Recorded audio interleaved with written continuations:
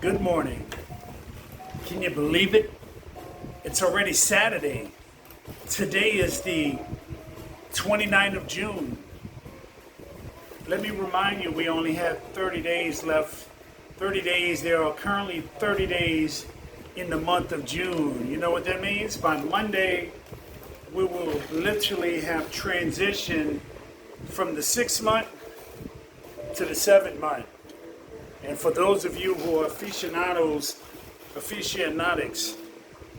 like myself, you're heavy into numbers, understanding the messages, the codex, the significance, the meaning of numbers. 6 is the number of man, mankind, human beings. 7 is the number of completion. So hopefully, as it relates to you, because I don't know about you. For myself, I plan to conclude July and prepare myself mentally, physically, emotionally, psychologically, intellectually, interpersonally, empathetically, most importantly, spiritually, to make the crossover from 2024 to 2025. So today is morning. We just crossed the threshold for the twilight. The sun is now in my locus of influence, neck of the woods. The sun is coming up. So let's get with it.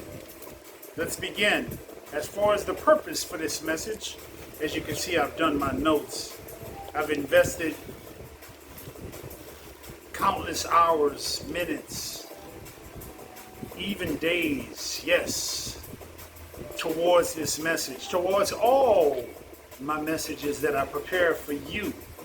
I take this task very seriously. I don't take it lightly, because I know, particularly in these desperate times, post-COVID-19, we all need to optimize, to be motivated, to be educated, to be awakened, to be illuminated to greater potentialities and possibilities. So I take it very lightly, and that's why I'm cutting right to the message.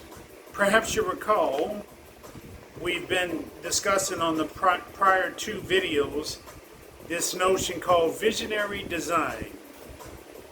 Acuity of design, yes, via 2 critical aspects: keen vision and matured optics. Optical faculties, yes.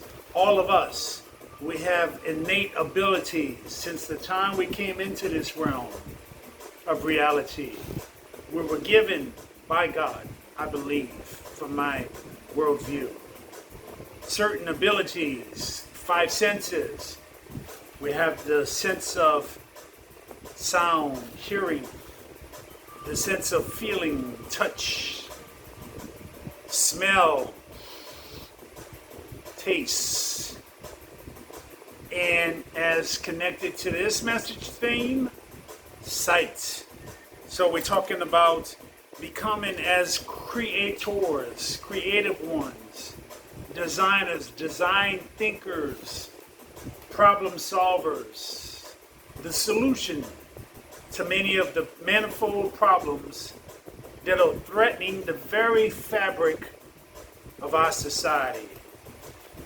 So, on the first message, video 1, as a brief recap, we covered the introduction to this whole phenomenon of light and visionary design. We have the natural sight with our eyes, and then we have also our mental vision, intuition, second sight. We also covered the 4 rudimentary questions relevant to visionary design. Because I kind of feel if you're anything like myself, after all, if you aren't like me, you would not be here. There's something that connects between you and myself. I believe that. On the second video, as the recap continues, we covered the basics of sight. It is a systematic process. It's more than just seeing lights. As I'm looking outside my office window, I'm looking to see that the sun has not fully arrived just yet, but it's getting there. Yes, light. It's a systematic process that's beyond just looking out of a window and seeing illumination. The sun hasn't fully arisen yet, but we're looking at the prelude that gives us a signal, a message to our brain that we're at the beginning of another day. Yes, dawn has arrived. So lights, when light, as I'm looking outside, light, it crosses the visual gateway. We call that the cornea. It's that lens gives it the shape of almost like a mask, like something a pilot or an astronaut would wear. That's the cornea. And then the light enters into the optical system, and it gets to what they call the retina at the back of the eye. And the retina basically processes the light waves. There are nerves in the back of the eyes that processes and converts these resonating waves, and we'll get into that a little bit at the conclusion of this video. There's neurons at play, conversion of light waves, because it's not more than frequency, wavelength, pulsations of light. Yes, into the brain, that's converted into what we see as images, colors, shapes, objects, all in a three-dimensional context. Like I'm looking at you and you're looking at me. You see I'm surrounded, almost encompassed by the lights. That's that systematic process taking place. So once again, we were dealing with minds or mental sight, what we call natural sight, and what I would call the mind's eye, intuition, second sight. For this video, our third part of 3, we're basically delving into a continuation of this mystifying notion of visionary design thinking. Mental acuity. Yeah, that's a good word. Mental acuity. Perhaps you've heard it before. We're talking about having a sharp mind, a razor sharp mind, mental faculties, highly developed organic faculties consisting of fiber, organic fiber, nerves, etc. Intellect, cognition, empathy. That's a key one. That's a critical one there. Empathy. Soundness of mind. Yes, we're talking about wisdom and sound understanding. Unparalleled reasoning. I'm looking this way, but I'm actually looking at the camera because I'm looking at you with my mind's eye. But I need to focus on the camera here. So, basically, to cap it all off, we have natural abilities, as I explained before, with the cornea, the retina, the optical nerves, the neurons. We also have the spiritual, the ethereal. We have giftings and unctions that cannot be seen, touched, taste, smell, but we know it's real. It's there. From an ancient religious worldview, I have to mention the story of Solomon. You've heard of him before. The wisest person that ever walked the face of the planet. Here we have two women to set the scenario, the setting, the context. And these two women had newly born infants. They had given birth. And during the night, one of the infants died because of an accident. The mother of that child had rolled over on top of her child, her infant. And so here they stood before Solomon. And of course, standing before the judge, the king himself, Solomon, they presented their cases. Now, let me ask you, how was Solomon supposed to decide who was telling the truth, who was right? See, that's the point, because the importance of this whole notion of visionary design thinking, using natural sight and ethereal sight, is because we cannot always trust what we're looking at. We have to look a little bit further beyond and see what's there and see what's not perceived and see what's in between the gaps and connect the dots. So Solomon basically posed a test with his soldier to cut the infant in two, and of course the real mother was willing to give her infant to the other mother rather than having her child perish, made unalive. Immediately Solomon knew, because of this innate ability of mental acuity, seeing with his sight and perceiving with his second sight, he knew how to facilitate his wise judgment. So that's what we're talking about as an example. So we're talking about a very, very highly developed mental, emotional, intellectual, cognitive framework, mental agility, mental flexibility, mental dexterity. It's a collective process with these different components functioning together. Commonality of purpose. Yes. So we're dealing with focus, attentiveness, concentration. Yes. Employing and optimizing our hearing senses. We're talking about sight, but integrating sound with vision. It underpins, it fills in the gap. We listen to what's being said as design thinkers, but we also understand what's not being said and be able to make a decision based on that collective information to become better designers, problem solvers.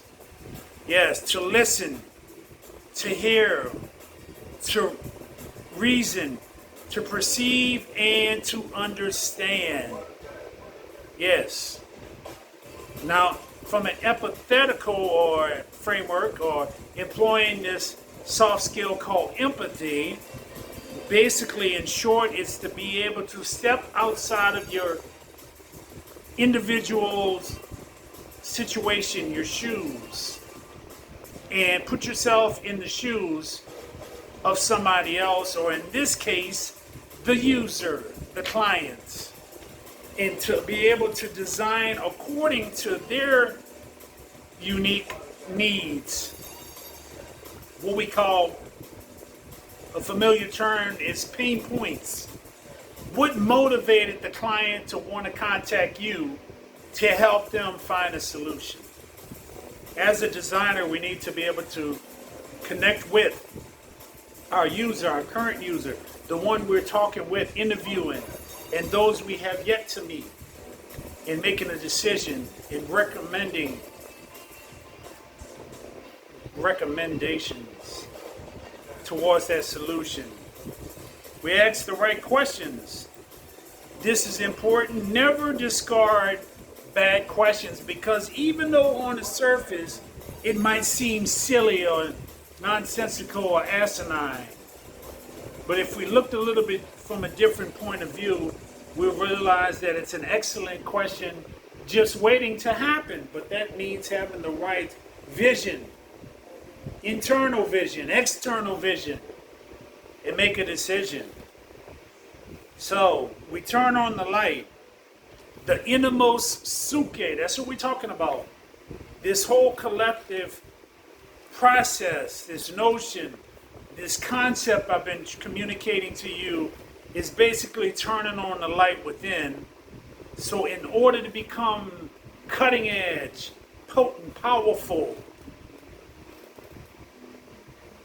the go-to person, the go-to man, the go-to girl, the go-to woman, the go-to boy, whatever, we must never overlook the critical, the fundamentals, the basics, and then, according to our own timing and rhythm, graduate and vacillate and change and switch it up and twerk and do the tweaking and whatever we have to do to put it there.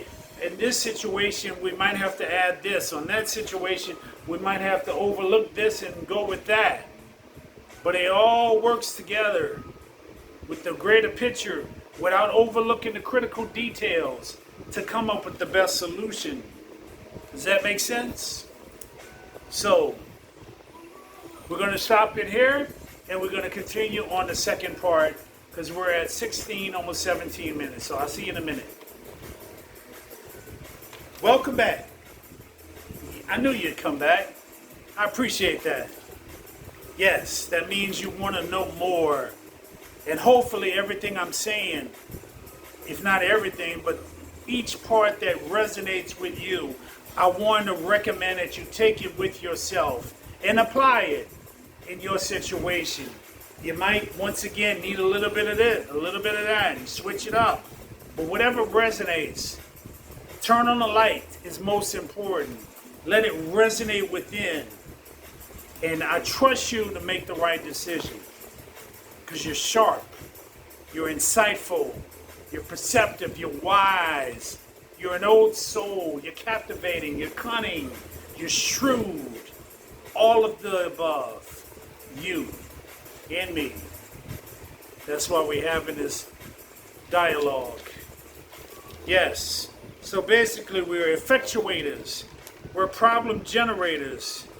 We're lifeline. We're a lifeline for somebody out there in need of a solution. So now, as it relates, before we get to the last part of our message, I want to briefly do a little side step, a stutter step, like in the world of sports.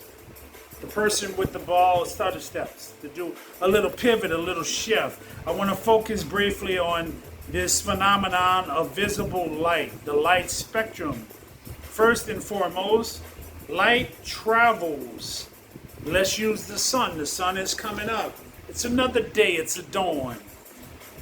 Light travels at 299,792,458 meters per second. For those who are not familiar with the UK standard for measuring speed and distance, let's talk about mileage. In other words, light travels from the sun to planet Earth 670,616,629 miles per second. Boom. That's pretty fast. So light, when I talk about turning into light, the more you amplify the light within, and that's a process we're going to delve in on our future upcoming videos. How to turn on and amplify the light within to become more efficacious, more effective as a designer. A little thing about light, for those of us, all of us have seen a rainbow, and we've seen the colors of the rainbow. It's a natural phenomenon after a rain shower, and the clouds start to clear away and disappear But because of the rain still in the atmosphere, it creates what they call a prism effect. So we have the colors of the rainbow. We have red, orange, yellow, green, blue, indigo, and violet. The question becomes, what causes light to appear to be purple as opposed to red? I'm glad you asked. It's because of the intensity of the wavelength. The waves, the frequency of the waves as it resonates. The more intense it is, yes. So like red shows up on the light spectrum as greater than 0.70. Yes. That has to deal with the measurement, nanoseconds. The frequency, the wavelength. Orange shows up on the light spectrum between 0.70 and 0.60. Yellow, we're talking about electromagnetic waves that resonate.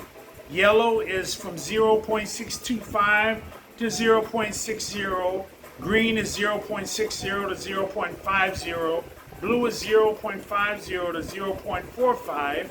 Indigo is 0.45 to 0.40. And violet is less than 0.4. In other words, red travels basically, because we're talking about the wavelength, the intensity, amplification of waves that travel a certain distance per second. Red travels 750 per second distance, nanometers. Violet travels on the lower end of the spectrum. Remember, red is at the upper based on intensity, and violet is at the lower end. It's not as fast, it's not as intense. It's more surrealistic and more tranquil. It's not as concentrated. It only travels 380 nanometers per second. Okay, enough of that. So it basically has to deal with intensity of the resonating waves. We see light. The longest wavelength is red. The shortest is purple. Now let's make the final shift to the last part of our early morning twilight. I call it my Saturday cafe. I love it. Coffee, grits, croissants, collages, cannolis, and 24-karat caveats. Conversation points that, if applied, using your abilities, trusting in yourself, taking what resonates and applying it at the right time, will radically change your life as a designer. You want to be more cutting edge, right? I believe you do. More innovative. The go-to gal, the go-to guy, yes. So in this final part of our video, we're dealing with basically, let's go into a third part because we're at 20 plus minutes and I don't want to make it too long I'll see you in the part 3 because for the sake of storage and uploading these videos. So I'll see you in a second. Part 3.